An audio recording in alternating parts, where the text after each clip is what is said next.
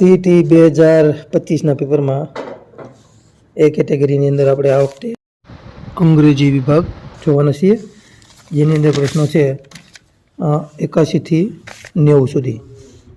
તો 81માં પ્રશ્નમાં select the correct spelling. તો કરેક્ટ સ્પેલિંગ એટલે કે સાચો સ્પેલિંગ કયો છે, તો એ આવશે એમાં, જેમાં સાચું સ્પેલિંગ છે, બાકીના બધામાં ખોટો સ્પેલિંગ છે. 82 નંબરમાં પ્લોરલ ઓફ બટરફ્લાય ઇઝ ખાલી જગ્યા. તો એની અંદર જવાબ આવશે સી, જે બટરફ્લાયનું બહુવચન થઈ ગયું છે. 83 નંબરમાં select the odd word.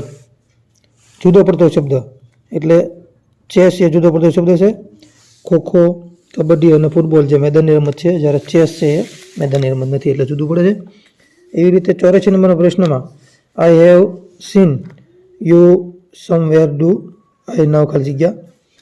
I know ખાલી એટલે કે પ્રશ્નાર્થની મૂક્યો છે, તો એમાં યુ આવશે ખાલી જગ્યાની અંદર 84 નંબરમાં. એ 85 નંબરમાં જોઈએ તો I have not eaten anything since morning ખાલી જગ્યા આઈ ફીલ અનવેલ.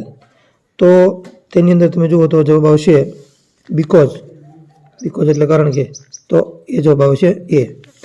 86 નંબરની જોઈએ તો વી ખાલી જગ્યા વોચિંગ ટીવી લાસ્ટ નાઇટ. તો ખાલી જગ્યાની અંદર જવાબ આવશે બી.